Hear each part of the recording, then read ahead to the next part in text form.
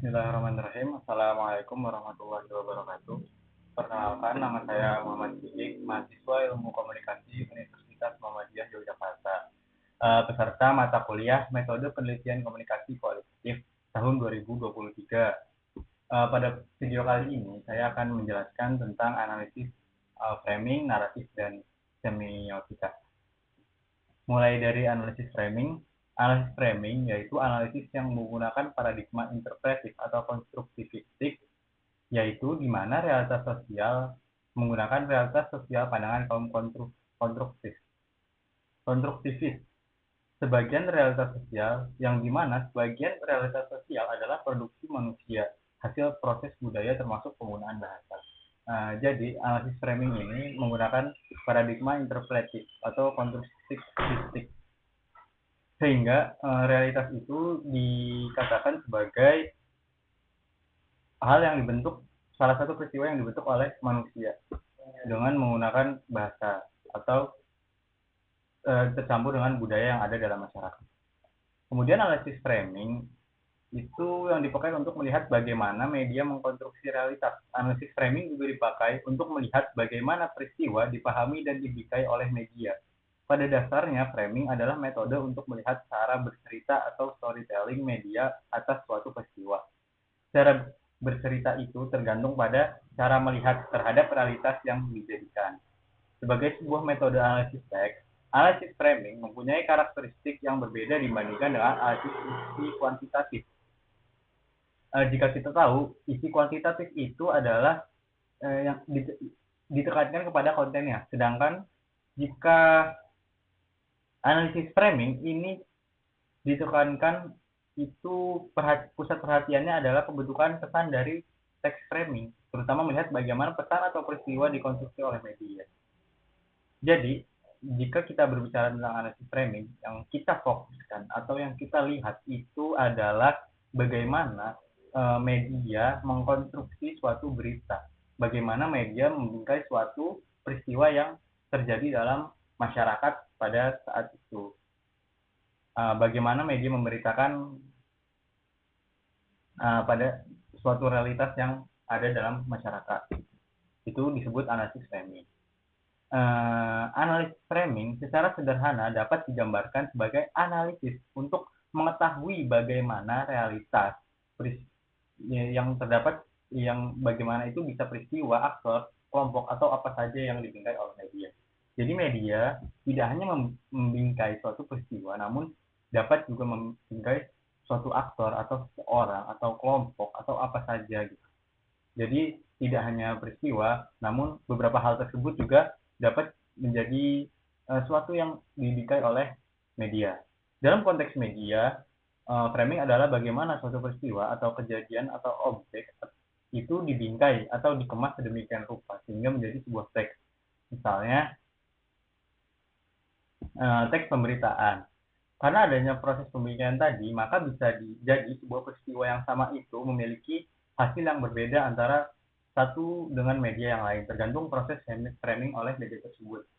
Jadi seperti yang kita ketahui, walaupun suatu peristiwa itu diberitakan oleh beberapa media, namun dalam pengemasannya, media itu tidak selalu sama dalam terhadap mengemas suatu media tersebut.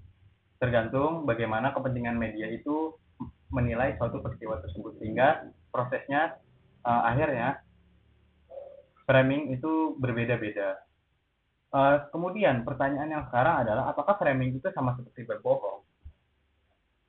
Framing itu tidak berbohong, tetapi framing itu mencoba membelokkan fakta dengan halus melalui penyeleksian informasi, penonjolan aspek,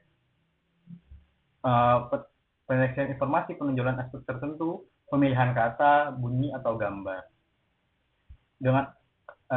Dengan tujuan apa? Dengan tujuan agar lahir citra, kesan atau makna tertentu yang diinginkan oleh suatu media terhadap tadi, bisa peristiwa, bisa tokoh, bisa orang, bisa aktor, bisa kelompok atau apa saja itu. Secara umum terdapat beberapa metode framing yang biasa dilakukan oleh media. Yang pertama itu cover both sides. Tetapi porsi bicara ini tidak imbang atau kurang tepat. Biasanya yang sering terjadi itu media mengutip pendapat ala kadarnya atau mengutip bagian yang tidak menjawab persoalan, sehingga kita melihatnya itu tidak jelas. Yang kedua, berita sesuai fakta tetapi menggunakan sudut pandang tertentu. Jadi berita memberitakan sesuatu itu sudah sesuai fakta, namun media terkadang melihat suatu peristiwa itu dengan sudut pandang yang berbeda antara media satu dengan media yang lainnya. Kemudian penggunaan kata sifat bernada positif ataupun negatif. Maksudnya di sini adalah media tidak mendeskripsikan sebuah peristiwa atau perilaku seseorang, tapi menilainya. Penilaian tersebut dilakukan melalui redaksi, bukan mengutip pendapat seseorang. Jadi biasanya agar berita itu lebih menarik dan memberikan citra yang lebih baik gitu, agar memberikan citra yang lebih baik, biasanya media menggunakan kata-kata yang berupa sifat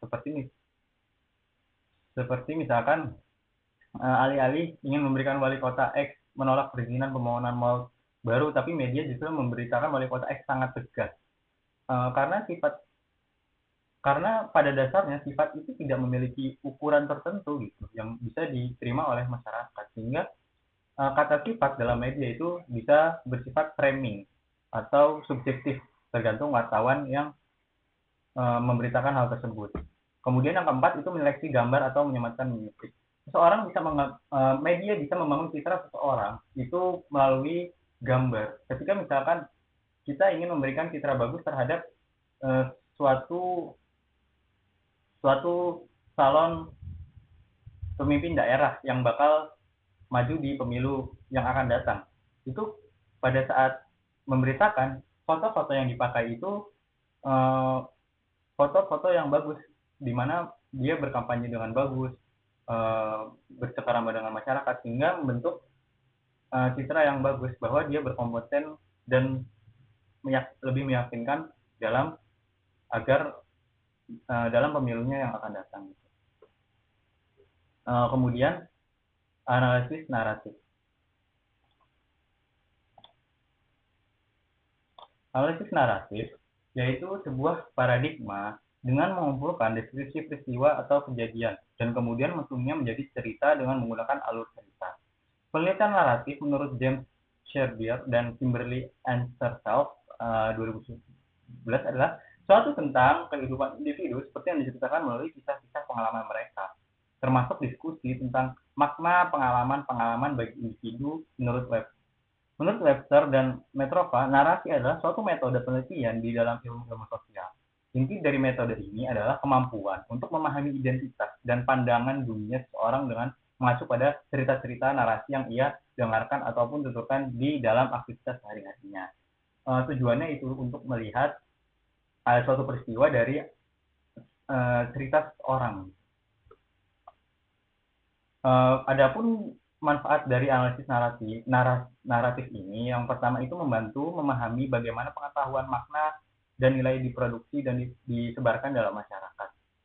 Kemudian memungkinkan menyelidiki hal-hal tersembunyi dan laten dari suatu teks media. Tiga, memahami bagaimana dunia sosial dan politik diceritakan dalam pandangan tertentu yang dapat membantu kita mengetahui kekuatan dan nilai sosial yang dominan dalam masyarakat.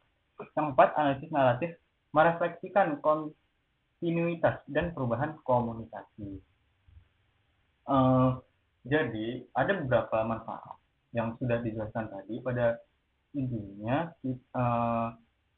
analisis naratif itu kita mengetahui atau meneliti sesuatu peristiwa yang itu kita ambil dari cerita orang atau subjek tertentu, subjek yang ingin kita teliti. Bagaimana peristiwa tersebut diceritakan, adanya perubahan komunikasi di situ. Kemudian karakteristik kunci penelitian narasi itu, yang pertama, penelitian narasi berfokus pada pengalaman individu dan kronologi mereka. Yang kedua, penelitian narasi menggunakan teknik restoring untuk membangun akun narasi berdasarkan data yang dikumpulkan melalui wawancara.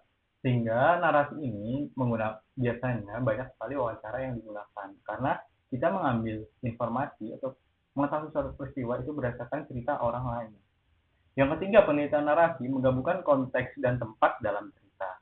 Jadi ada konteks, kemudian ada tempat di dalam cerita tersebut. Yang keempat itu pembangunan narasi selalu melibatkan menanggapi pertanyaan lalu apa yang terjadi agar terjadi kontinuitas, saling berkesinambungan antara kejadian satu dengan kejadian setelahnya gitu.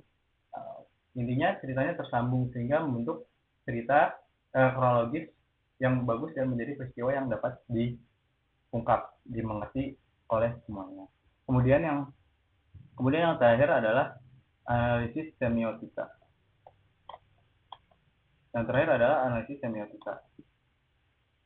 Analisis semiotika itu studi tentang tanda dan produksi mana. Bagaimana kita memproduksi makna berdasarkan tanda yang ada gitu. Tanda ini bisa kita mengerti sebagai suatu yang berarti bisa kita lihat untuk orang lain gitu. Studi semiotik tanda-tanda, penggunaan tanda dan segala sesuatu yang berkaitan dengan tanda. Awal mula konsep ini itu dikenalkan oleh Ferdinand de Saussure melalui dikotomi sistem tanda yang dia bawa, yaitu signified dan signifier atau signify dan signification yang bersifat atomistis. Tujuan analisis semiotika ini untuk menentukan makna tanda, termasuk hal-hal yang tersembunyi di balik sebuah tanda. Kalau kita jabarkan itu tanda yang diselidiki itu bisa dari teks, bisa iklan, bisa berita, bisa film, dan lain-lain.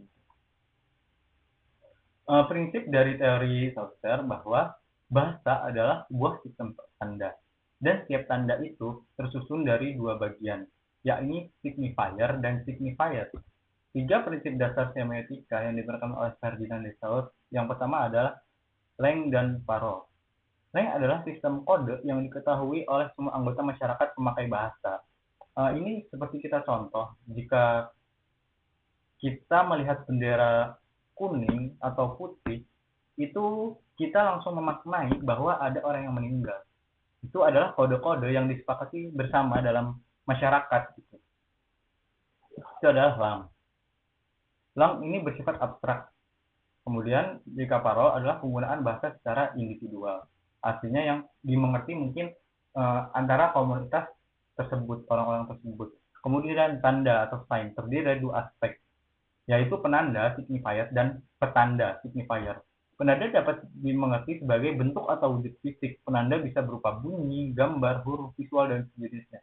Sedangkan pertanda adalah konsep atau arti dari apa yang ditandai. Relasinya antara kedua bersifat diada-adakan, yang berarti tidak ada relasi yang sifatnya alamiah antara penanda dan pertanda.